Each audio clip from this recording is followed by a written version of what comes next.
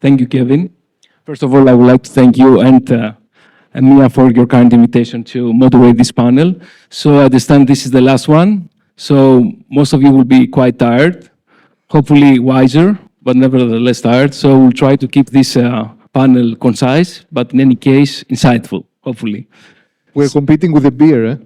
It's difficult competition when you're competing with people's beers We'll do our best, Stavros. No worries.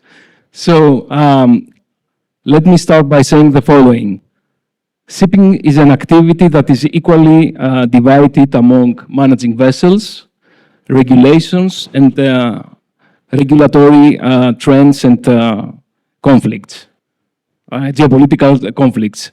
If this is the case, first of all, we have seen that in the previous days, Chinese retaliated by imposing port fees to US-linked vessels for the tit-to-tat port fees imposed by the US for Chinese-linked vessels.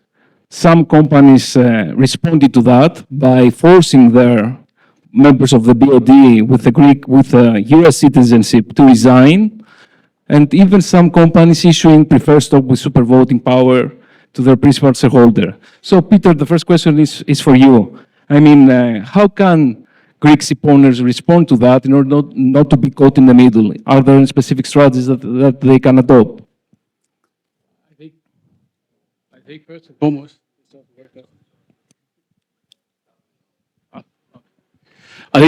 and foremost, it's important to realize that this is not a passing fad on behalf of the American administration. It was very much also a theme of the Biden administration. And the concern is that if you can build 10 Aegis destroyers on license in South Korea for the price of one in the US, it's a competition that the US has already lost. So the options are to build up a shipbuilding industry in the US. I think most people will agree that that's a generational project at best. And the alternative is to make it less attractive for ship owners to build and own Chinese-built tonnage. And I think it's in that light we have to assess it. So I think what ship owners are very, very used to is to live in, embrace volatility, right? So I would look for optionality. I would not get too invested in my strategy because by the first week of January it's going to be antique. But understand my business model so you can scale up or scale down. Understand your options. So I think that the Greek ship owners are very, very used to handling that kind of volatility. But now it's just going to be a regulatory one. And I think we can expect the Americans to come back with more until they achieve their targets. All right, thank you, Peter. That's quite interesting. We all agree that all of these regulations and geopolitical trends actually increase shipping costs. So I would like to refer to Symeon right now. You are a C-suite officer in not just one, but 3 US-listed companies. So what do you think Greek ship owners can do in order to preserve their competitiveness? I think that does this work because I'm not, I can't hear very well. Just place it closer. I think that the most important thing that Greek shipping can offer, apart of course from the ownership and the share we have in the world stage, is the services and the quality of services that we can provide. In this more tight regulatory environment, the need for such services becomes even bigger. Now, can Greek shipping, in going forward, be able to provide both efficient and quality services? I think with the current model, rather not the current model, the model that the Greek shipping community was built, the small family company that had members of the family with hands-on on the operation of the ship, is not possible to support the new regulatory environment. We need to see bigger companies that can attract the human capital to be able to provide these services. It's not a matter of quality, it's a matter of having the amount of people to be able to play a role in this new environment.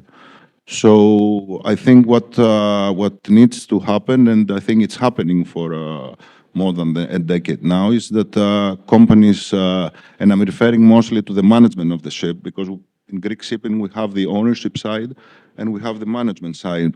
Sometimes these are the same or they overlap each other, and this has been a blessing for the industry because over the years it has helped the industry to become what it has become today. The model has been a very successful model, but going forward, I'm afraid it is not sustainable to continue on the same model. We need bigger entities that can attract more people that have the capacity to provide those services.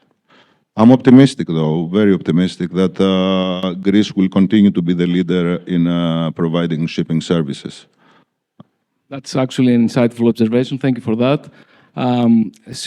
Shifting gears now, artificial intelligence is a quite buzzword nowadays. Everyone is using AI for personal or professional purposes, but still the implementation by maritime shipping companies is lagging behind. So I would like to refer to Emma now. Why do you think Greek ship owners are still struggling implementing all of these new AI technologies? Do you have any ideas?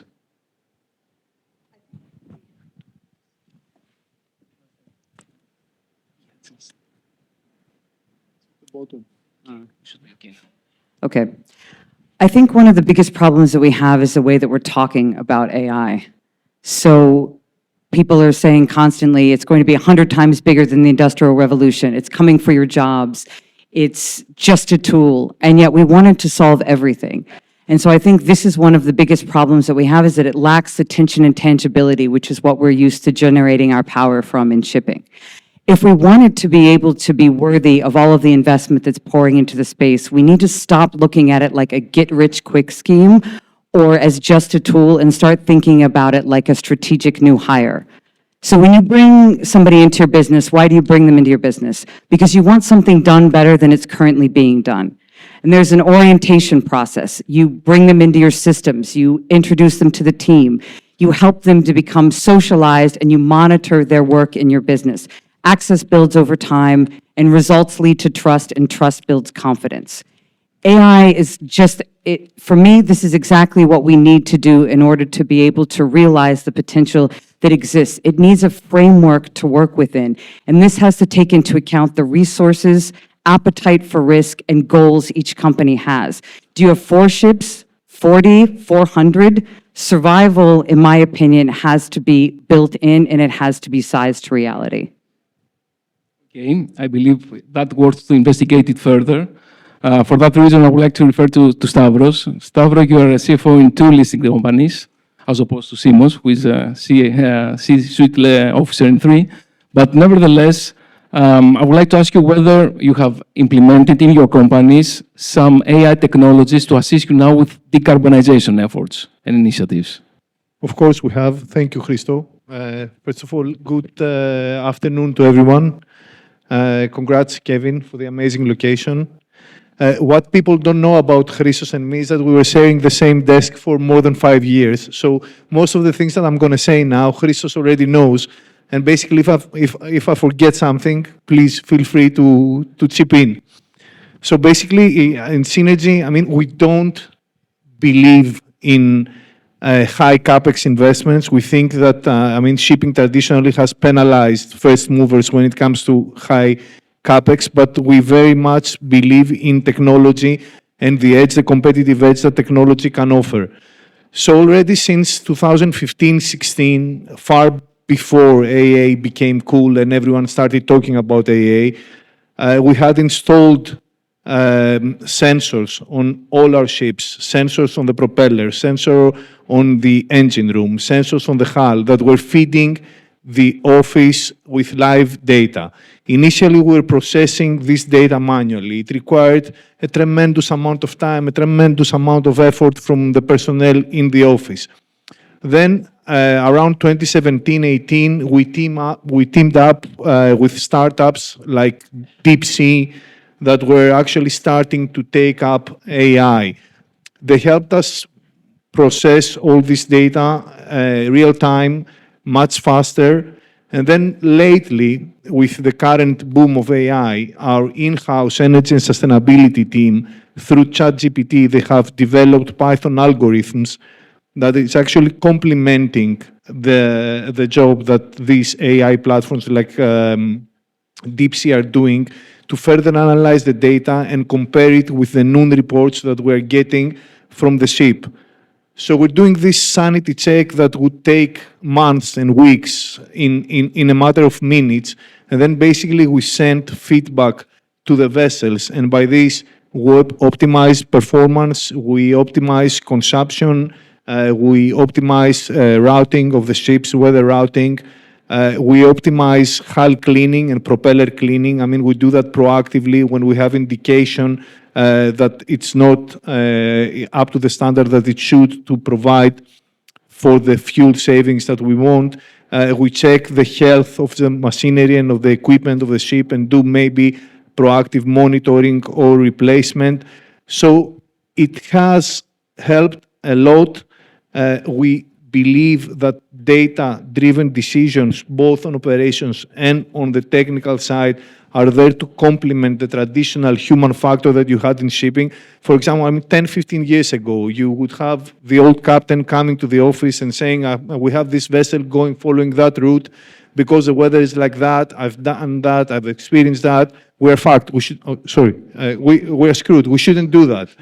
Now we have found a way to basically quantify how screwed we are and how to unscrew our situation, which is very important. I mean, shipping didn't used to work like that. So quantification of the risks, quantification of the potential issues, and a way to be proactive about that is a very important addition in our day-to-day life.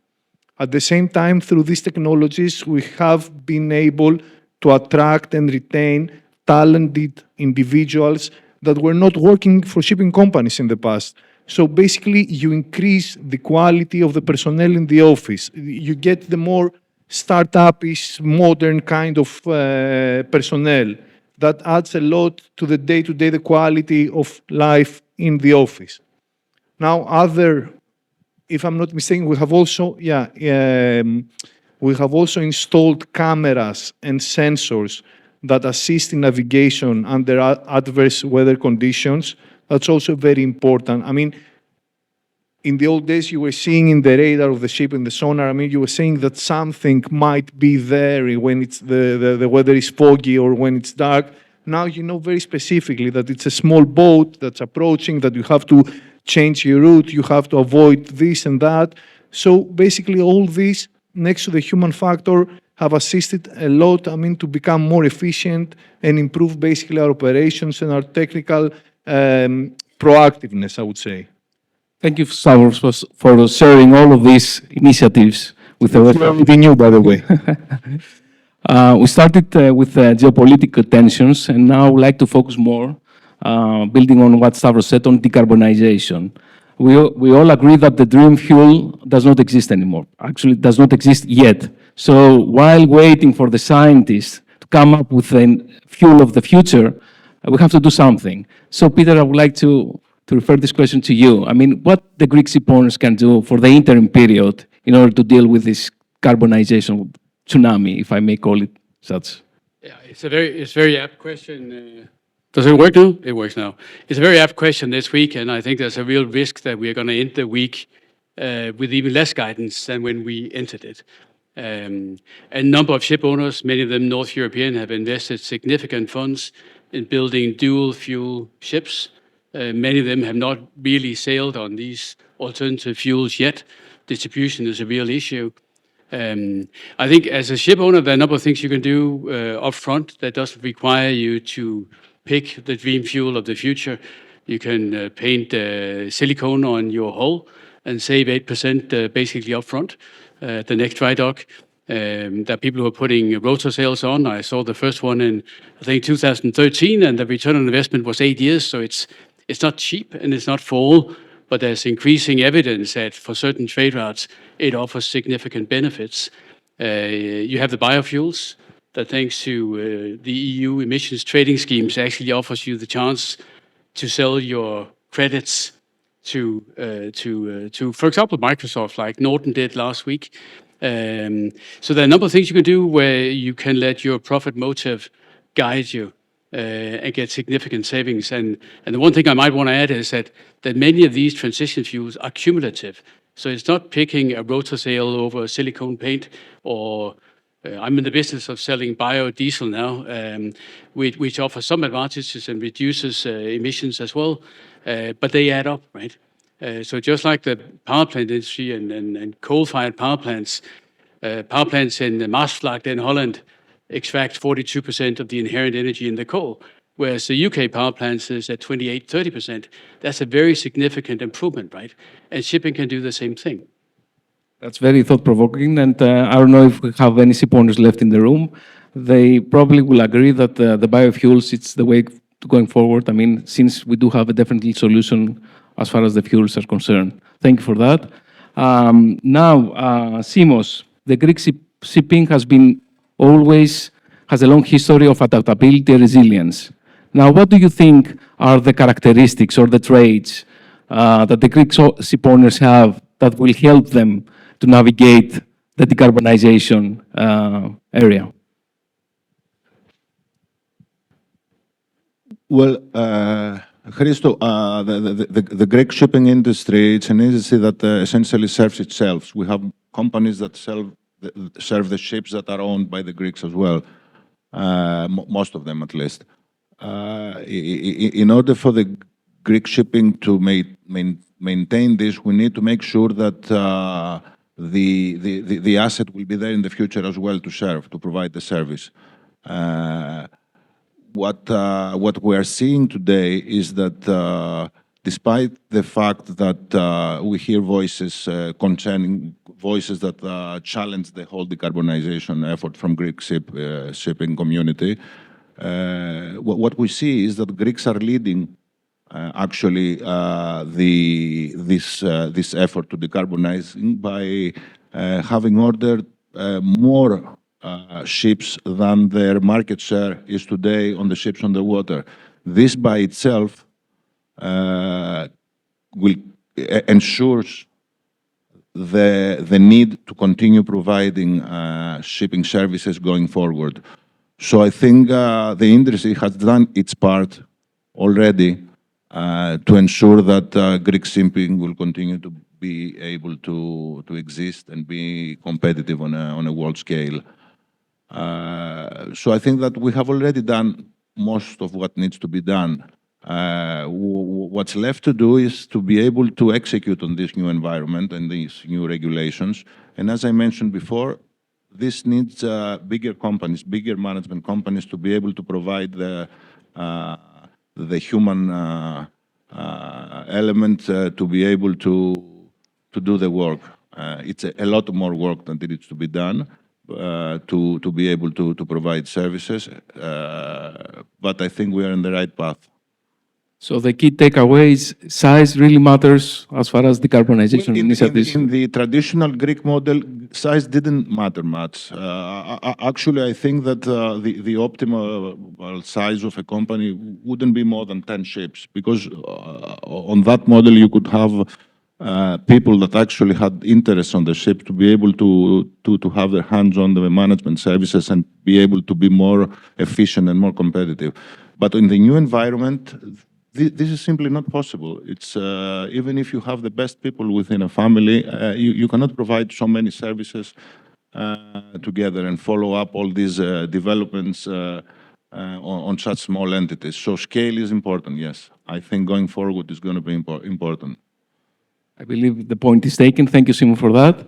Now, Emma, in practical terms, let's be specific. How can AI assist us with decarbonization initiatives? How can AI assist Greek ship owners in particular?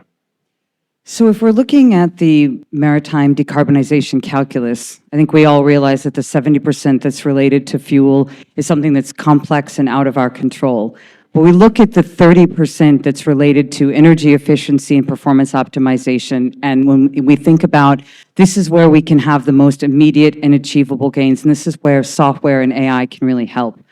But in order for it to work, we need to be able to start treating our vendors like partners and not just providers. And this is going to mean ship owners bringing vendors in before implementation to form working groups in order for us to be able to actually solve the right problems in the right way at the right time.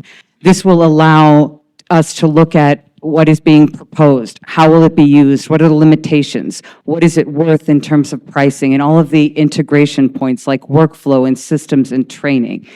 And this, and if we look at it like this, we will make sure that we aren't wasting time creating innovative products that are beautiful and exciting and interesting, but don't take the complexity of shipping into account. So, understanding how interconnected everything is. This is a common complaint that we often hear about the way that tech is created.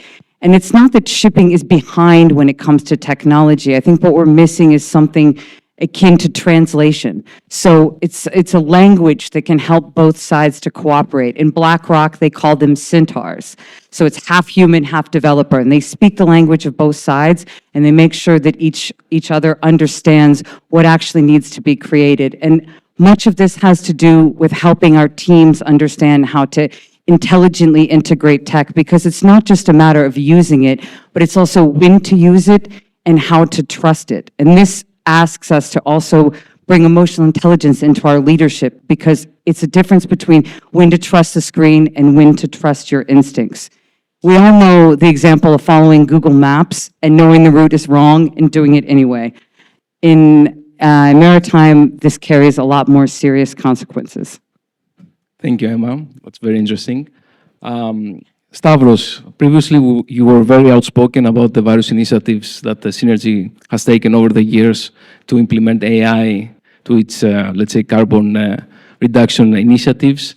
Can you please provide us any specific strategies or steps that you have taken to reduce your CO2 emissions or greenhouse gas emissions that are commercially sound? What do we mean by that? They managed to cut both carbons and gas, and save gas. The two Cs, which are very important nowadays. Of course. Before, when you're talking efforts about decarbonizing, you have to put into context the business model of each company. As you know, Synergy is a company that is focusing on Cape-size vessels. We're focusing on sort of mid-aged Cape-size vessels, 10 to 15-year-old. So, going for dual fuel ships or new technologies, it's not exactly our cup of tea.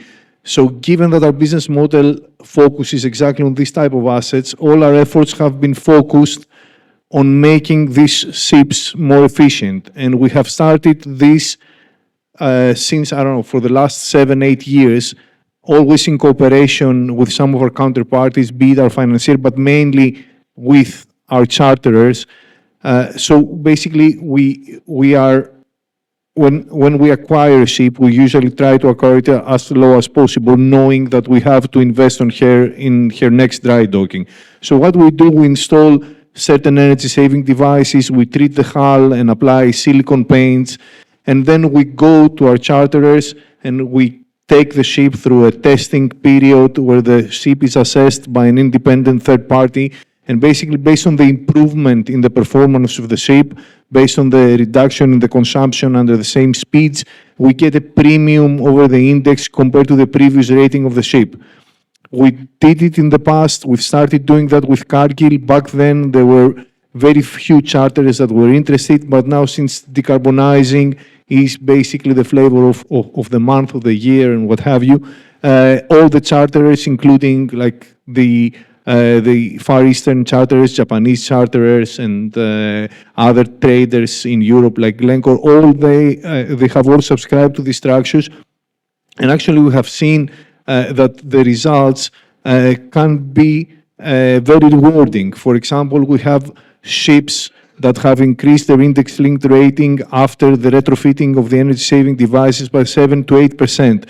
7 to 8% in a $20,000 environment means that you're getting $1.2 million in a 2-year time charter. That's very significant, and it's definitely sufficient to finance the installation and the retrofits of the ship.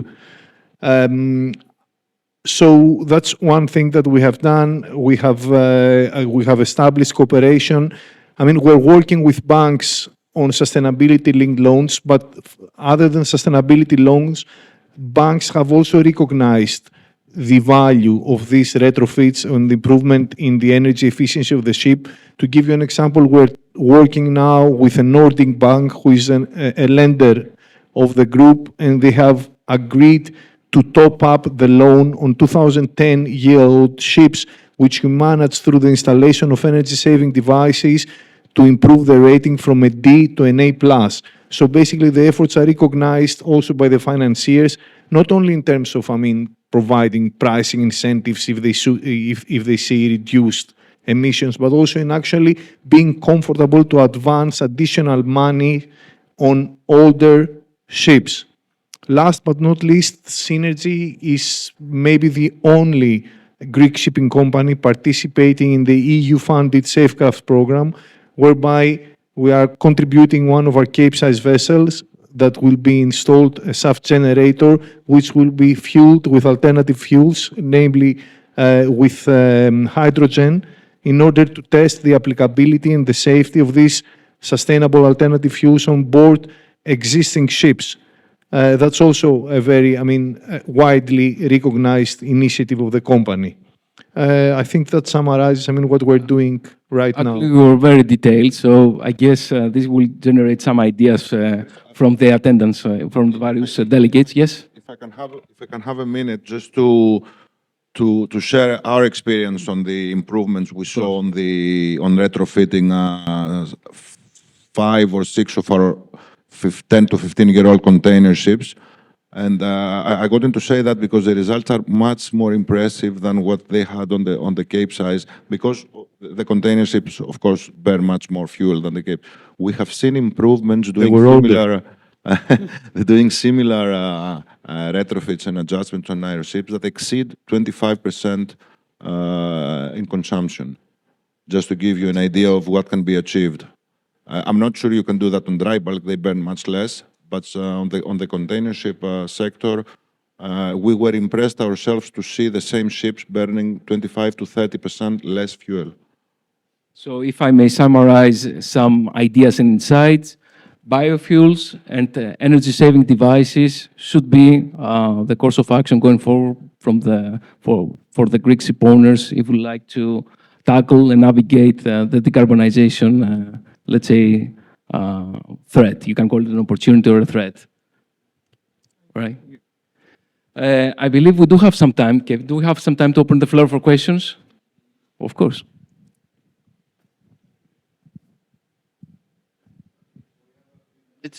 If anyone has a question, please, for this last session. Anybody? John? Nobody? Yeah, John. Go on. It was very interesting, but I think you have to see a bit further or a bit backwards, because you never know what those who rule the industry can come to. If tomorrow morning Mr. Trump doesn't say, drill, baby, drill, and says, here is the atomic battery, how are you going to counter? You're talking about nuclear power now. Atomic. Don't use nuclear. It's different from atomic. John, you are always, your comments are always very, very colorful. We know each other for the last 15 years. Can I reply by giving some I was reading, and sorry to bring up my mobile. I was reading the Global Energy Perspective 2025 report from McKinsey for October, which came out, I think, a couple of days ago. The summary is, the fuel of the future will be the fuel of the past. Fossil fuel will dominate beyond 2050. So, okay, indeed, we are operating in an ever-changing environment, but I don't think that shipping will be so fast and so quick in taking up new technologies, and especially if you consider that the crews that are operating the ships are, I would say, qualified up to a certain extent. So basically, the investment that you need as an industry for the people to operate and the ships, to take up atomic energy as the new technology, the new propulsion technology, I think it's far beyond, someone waking up tomorrow and saying, let's do it.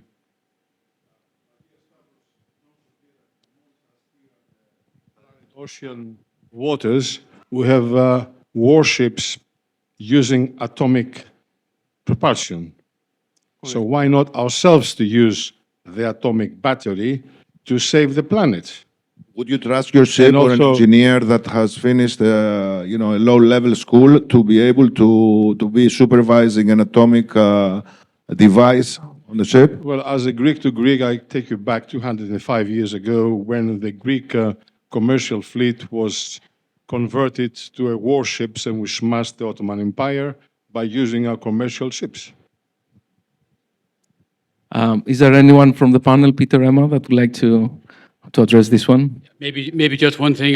There's nothing I would love more than to see a nuclear-powered dry bulk ship someday. But if I understand, one of the practical issues is that much of the IP allowing nuclear or atomic energy to be used on ships is in US hands, and it is considered national security relevant.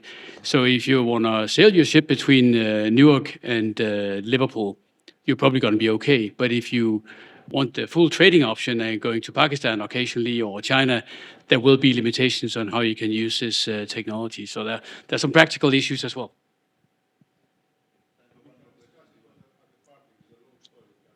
All right, let's allow one more delegate to ask a question, if From the it's floor. okay with you. No, there's not from the floor. Christos, you have one more for closing No, comment? I would like to close the closing statements. The following was the opening line that indeed shipping it is an industry of managing vessels, regulation, and geopolitical tension. So there will always be changes in regulation. Nowadays, these are becoming more frequent. The so-called black swan events are becoming the more common and more frequent. So actually, they're becoming white swans anymore from now on. So geopolitics was always a detrimental factor that ship owners had to deal with. So I guess the panelists actually addressed all of these key things effectively. So I would like to thank you very much for your insight and sharing your thoughts and some initiatives from the representatives of the ship owning industry. Thank you very much for being here, and I wish you to enjoy your evening.